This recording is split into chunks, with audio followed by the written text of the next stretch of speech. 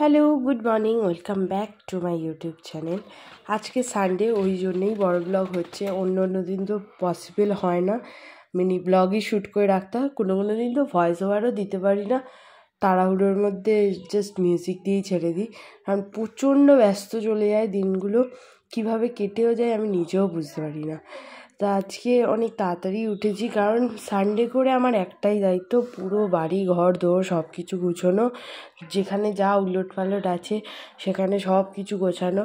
আগে আমি তো ফেস ওয়াশ করে স্কিন কেয়ার করে নেবো, তার ময়শ্চারাইজ করে তারপরে সানস্ক্রিন লাগিয়ে নেবো।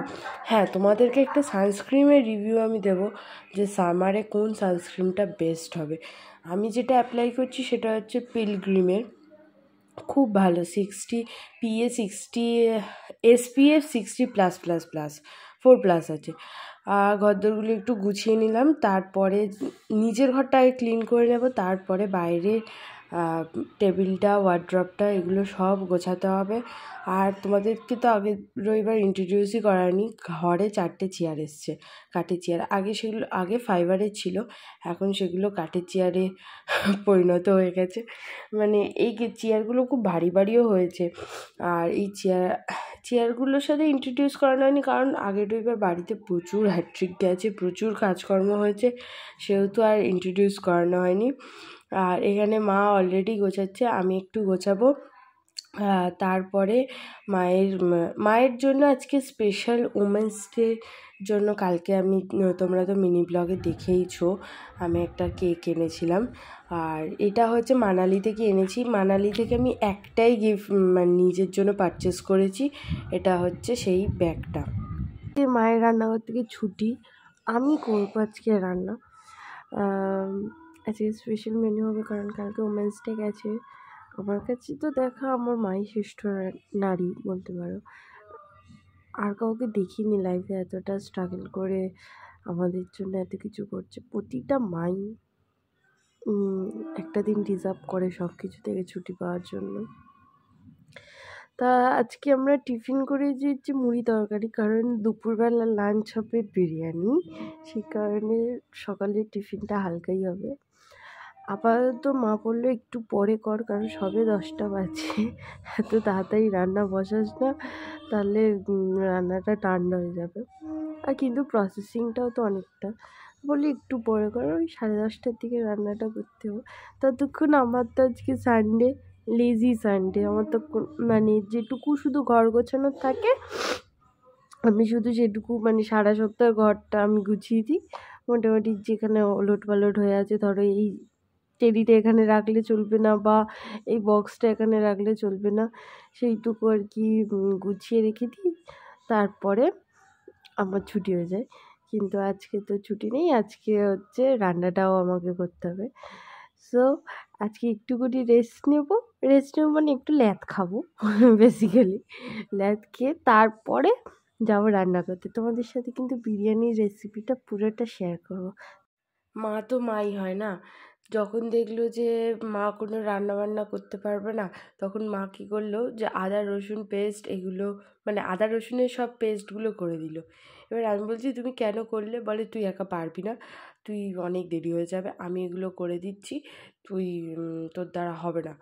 এই নিয়ে আমার আর মায়ের মধ্যে একটু কথা কাটি হয়ে গেল, তখন রাগারাগিও হয়ে গেল। ও আরও একটা জিনিস রাগারাগি হয়ে গেল, যে আদা রসুনের মানে আদা আলাদা বেটেছে, কাঁচা লঙ্কা আলাদা বেটেছে, কিন্তু রসুন আর লঙ্কা আবার একসাথে বেটে দিয়েছে। তো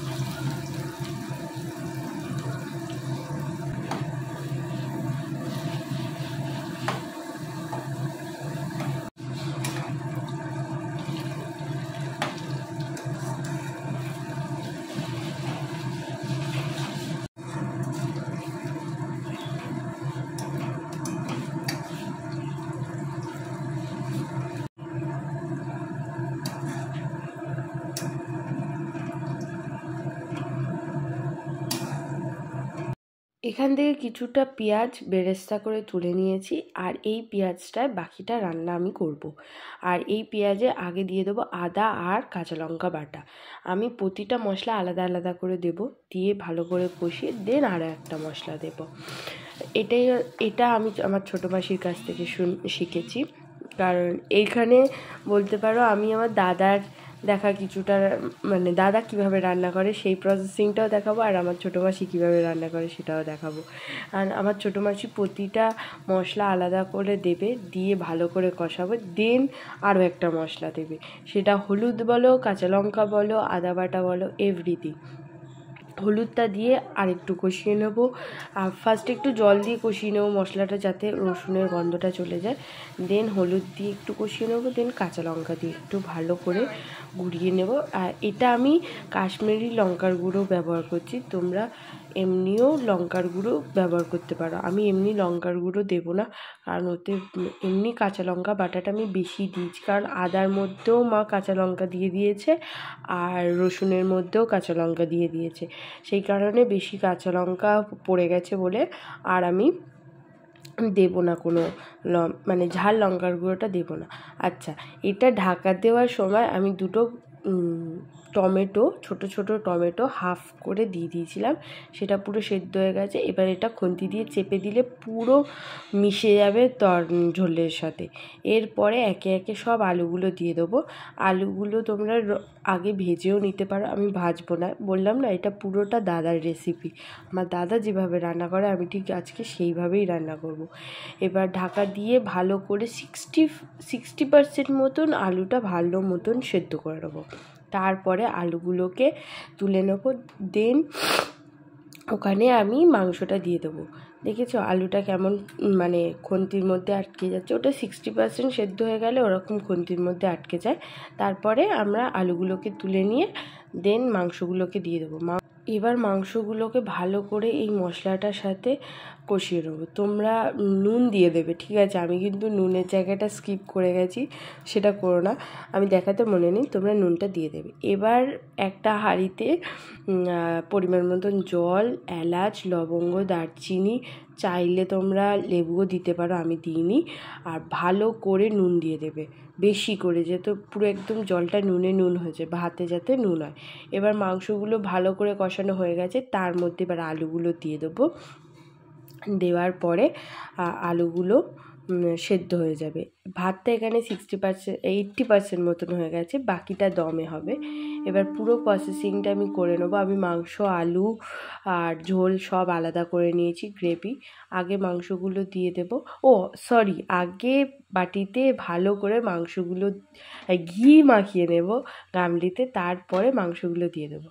মাংসগুলো দেওয়ার পরে একে একে এবার আলুগুলো সাজিয়ে দেবো। আলুগুলোকে নর্মাল ছেড়ে দিলে হবে না, মাংস নর্মাল ছেড়ে দাও, আলুগুলো যাতে ঠিকঠাক জায়গায় পড়ে সেইটা দেখে নিতে হবে। এবার পুরো মাংস আর আলু দেওয়া হয়ে যাওয়ার পরে বেশি করে যতটা গ্রেভি ছিল ততটা গ্রেভি ওর মধ্যে দিয়ে দিতে হবে। আর সাথে চাইলে টক দইও দিতে পারো, আমি টক দই দিইনি, তার বদলে আমি অল্প করে দুধ দিয়েছি।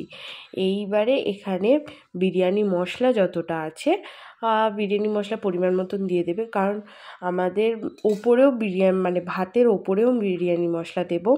কিন্তু এখানে ভাতটা যেহেতু আমার 80% হয়ে রয়েছে, সেহেতু ভাতটাও মানে বেশিক্ষণ দমে রাখতে হবে, না হলে হবে না। আর আমি গ্রেভি থেকে তেলের যে অংশটা ছিল সেটা একটু তুলে নিয়েছি, আর তুলে এর মধ্যে দিয়ে দিয়েছি, বেরেস্তাও দিয়ে দিয়েছি আর বিরিয়ানি মশলাও দিয়ে দিয়েছি। এবার ভাতগুলোকে দিয়ে দেবো।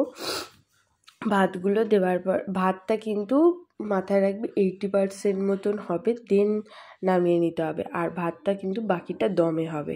আর এই যে গ্রেভিটা দিলাম, এই গ্রেভিটাও পুরোটা শুকিয়ে যাবে। এবার ভাতের ওপরে দুধ দিয়ে দেবো ভালো করে, তারপরে বেরেস্তাগুলো দিয়ে দেবো। দিয়ে দেওয়ার পরে যে গ্রেভির যে মানে তেলের যে পাটটা ছিল সেইটাও ওপর থেকে দিয়ে দেবো, আর সাথে যেটুকু বেঁচে থাকা ঘি আছে ঘিটা দিয়ে দেবো। এইগুলো দেওয়ার পরে লাস্টে দেবো হচ্ছে বিরিয়ানি মশলা। বিরিয়ানি মশলাটা দিয়ে দেওয়ার পরে ভালো করে একটা এখানে সবাই আটা দিয়ে মোড়ে, আমি আটা করিনি।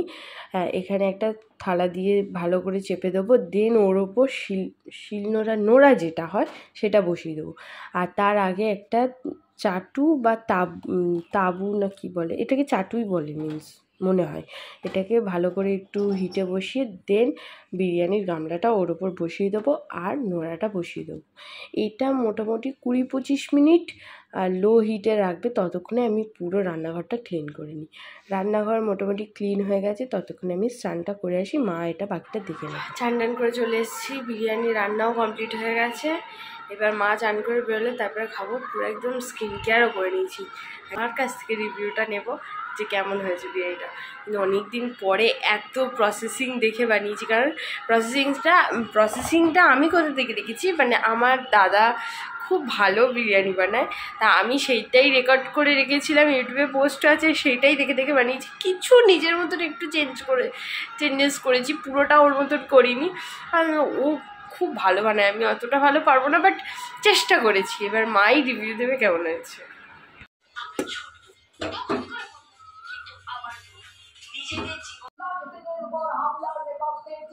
কেমন লাগছে? কেমন লাগলো খেতে? খাও। কেমন হয়েছে? ভালো হয়েছে?